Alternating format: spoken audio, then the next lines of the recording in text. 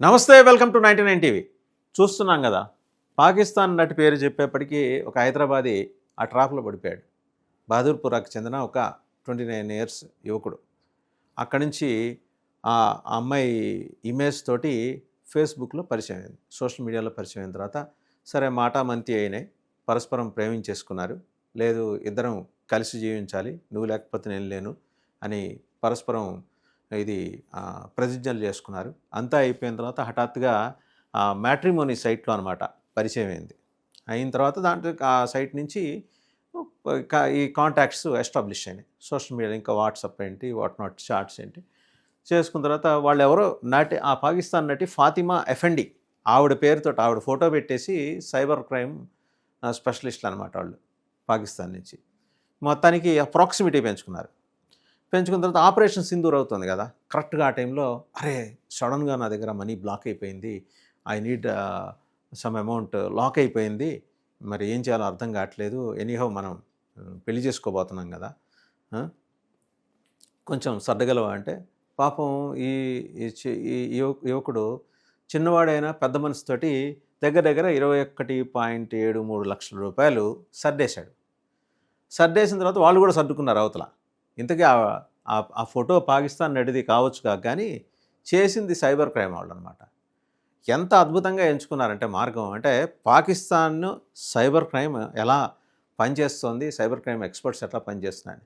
పాకిస్తాన్ని మనం కొట్టేశాం, 12 స్థావరాలు ధ్వంసం చేశాం, ఈ కబుర్లన్నీ చెప్పుకోవటం కాదు, అసలు ఆ స్థావరాలు ధ్వంసం చేశాం కానీ వాళ్ళ మైండ్ సెట్ని ధ్వంసం చేయలేకపోయాం కదా. ఆ మైండ్ సెట్ ఏంటి అక్కడ గమనించింది వాళ్ళు, ఓకే మనం భారతదేశాన్ని ఏ రకంగా దెబ్బకొట్టాలి, ఫైనాన్షియల్గా దెబ్బకొట్టాలి అంటే ఎలా, టార్గెటెడ్ సెక్షన్స్. పాకిస్తాన్లో ఉన్న వాళ్ళతోటి ఎఫినిటీ ఎవరికి ఉంటుంది, ఏ సెక్షన్స్లో ఉంటుందంటే ఆ సామాజిక వర్గం ఎక్కడ కాన్సన్ట్రేట్ అయిందంటే యూపీలో అలీగఢ్, హైదరాబాద్, తెలంగాణలో హైదరాబాదు, అలాగే ఆంధ్రప్రదేశ్లో కర్నూలు, గుంటూరు, కొన్ని ప్రాంతాలు. కేవలం ఇటు ఉదాహరణకి మాత్రం చెప్తున్నాను, అన్ని రాష్ట్రాల్లో చాలా చోట్ల వాళ్ళకి పట్టు ఉంది. అండ్ హర్యానా వచ్చేప్పుడు గజియాబాదు, ఇలా ఈ కొన్ని ఏరియాస్ని సైబర్ క్రైమ్ పీపుల్ వాళ్ళు ఐడెంటిఫై చేసి పెట్టుకున్నారు. మన సెక్షన్స్కి సంబంధించిన వాళ్ళని లవ్ ట్రాప్లోకి ఎలా దించాలి. సో ఆ 29 ఇయర్స్ యువకుడు బహదూర్పురాకి చెందినవాడు, చిన్న బిజినెస్ ఏదో చేసుకుంటున్నాడు పాపం. సొంతంగా డెవలప్ అయ్యి తన మానాన్ని తాను బతికే ఒక మధ్యతరగతి యువకుడు ఆయన్ని లవ్ ట్రాప్లో పడేశారు. ఇంకే అసలు అంటే అతను కూడా ఆలోచించాలి కదా, పాకిస్తాన్ నటి యాక్ట్రెస్ ఫాతిమా ఎఫెండి ఈ మ్యాట్రిమోనీలోకి వెళ్ళిపోయిన తర్వాత నన్ను చేసుకుంటాను అని ముందుకొచ్చింది అంటే ఇదేదో ఆలోచించాల్సిన విషయం. ఆమెకు అక్కడ దొరకరా? అండ్ ఓపెన్ ప్రొఫైల్ పెట్టినప్పుడు అనుమానించాలి కదా, ఇంత ఓపెన్ ప్రొఫైల్ ఎందుకు వచ్చింది, క్రాస్ చెక్ చేసుకోవాలి కదా. బట్ ఆ లవ్ ట్రాప్ ఇదంతా పాపం ఆవిడకి సంబంధం లేదు ఇంతకీ, అది ఎవరో సైబర్ క్రైమ్ వాళ్ళు చేసిన నేరగాళ్ళు, సైబర్ నేరగాళ్ళు చేసిన వ్యవహారం. సో మ్యాట్రిమోనీ సైట్ల ద్వారా కూడా డబ్బులు లాగేసే ఒక దుర్మార్గపు వ్యవహారానికి పాకిస్తాన్ సైబర్ నెట్వర్క్ పనిచేస్తుంది. మీకు ఇక్కడ ఇంకో విషయం ప్రస్తావన చేయాలి, ఏంటంటే పాకిస్తాన్లో ఈ పాకిస్తాన్లో ఒక ప్రముఖ సంస్థతోటి, ఈ క్రిప్టో కరెన్సీ సంస్థతోటి డొనాల్డ్ ట్రంప్ గారి 2 పుత్రరత్నాలు అండ్ ఇంకొక అల్లుడు రత్నం, ఈ ముగ్గురు కలిసి ఒక ఒప్పందం చేసుకున్నారు. ఒప్పందం చేసుకుని ఆ బిజినెస్లోకి, క్రిప్టో కరెన్సీని ప్రమోట్ చేసే బిజినెస్లోకి వాళ్ళు దిగారు. సరే ఇప్పుడేంటి, ఈ సైబర్ నేరగాళ్ళు క్రిప్టో కరెన్సీ అనేది కూడా ప్రస్తుతం ఆ వలవ కూడా విసిరి భారతదేశంలో ఉన్న ఆ సామాజిక వర్గానికి చెందిన వాళ్ళని, ప్రత్యేకించి ఒకే సామాజిక వర్గానికి చెందిన వాళ్ళని టార్గెట్ చేస్తున్నారు. అక్కడ అమ్మాయిల ఫోటోలు పెట్టడం మ్యాట్రిమోనీ సైట్స్లో, ఇక్కడ అబ్బాయిలను వలేయటం. సో ఇది ఈజీ కదా ఇక్కడ. దాంతో పాప అతను నష్టపోయింది around 22 lakhs hard earned money నష్టపోయాడు. ఆయన ఏం చేశాడు, తర్వాత చెక్ చేసుకుంటే ఎంతకీ కాంటాక్ట్ చేద్దాం, పాపం ఆవిడ ఫాతిమా ఎఫెండిని కాంటాక్ట్ చేద్దామంటే సోషల్ మీడియా అకౌంట్ బ్లాక్ అయింది, వాట్సాప్ బ్లాక్ అయింది. వచ్చి హైదరాబాద్ పోలీసులకు రిపోర్ట్ చేశాడు. దేశం కాని దేశం మీద వీళ్ళు రిపోర్ట్ తీసుకుంటారు కానీ ఏం చేస్తారు పోలీస్, మన జ్యూరిస్డిక్షన్ ఏంటి, మన పోలీస్ జ్యూరిస్డిక్షన్ ఏంటి.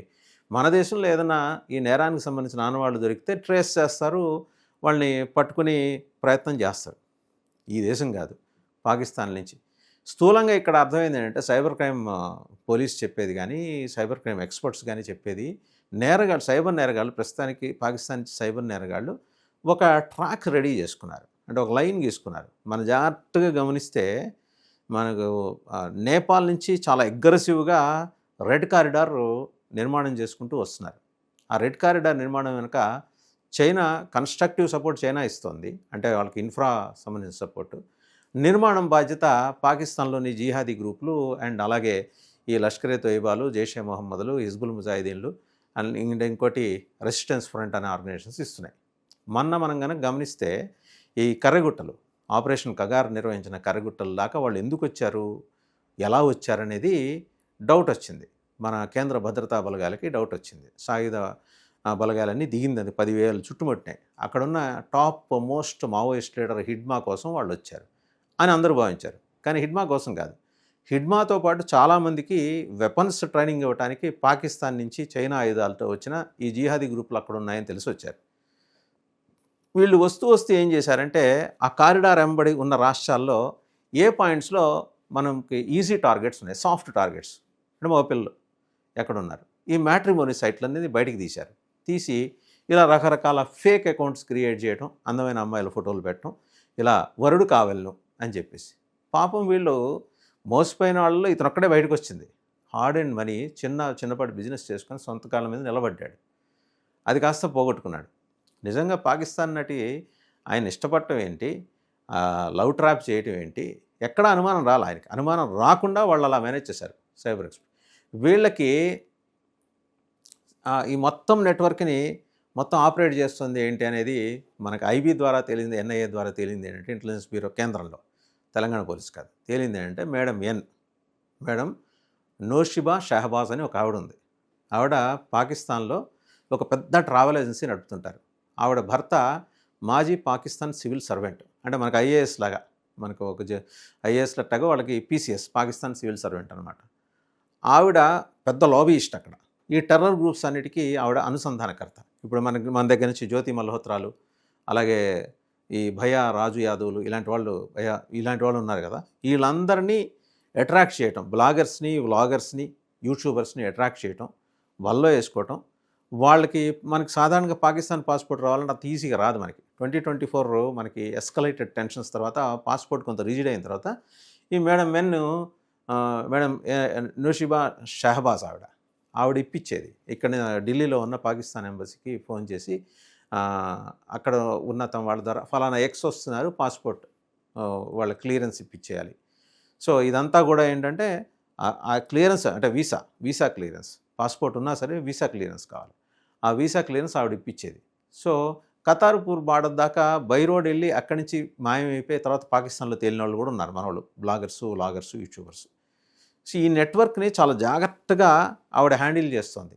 అండ్ ఆవిడ ఆధ్వర్యంలో పనిచేసే ఒక సైబర్ నేరగాళ్ల వింగు ఈ మ్యాట్రిమోనీ సైట్లో ఇలాంటి ఫేక్ అకౌంట్స్ క్రియేట్ చేసి భారతదేశంలోని ప్రత్యేకంగా ఉన్న ఒక సామాజిక వర్గం వాళ్ళని వలేసి వాళ్ళ దగ్గర నుంచి డబ్బులు లాగేయటం, ఆర్థికంగా దెబ్బతీయటం, ఆర్థిక మూలాలను కొట్టే కార్యక్రమం.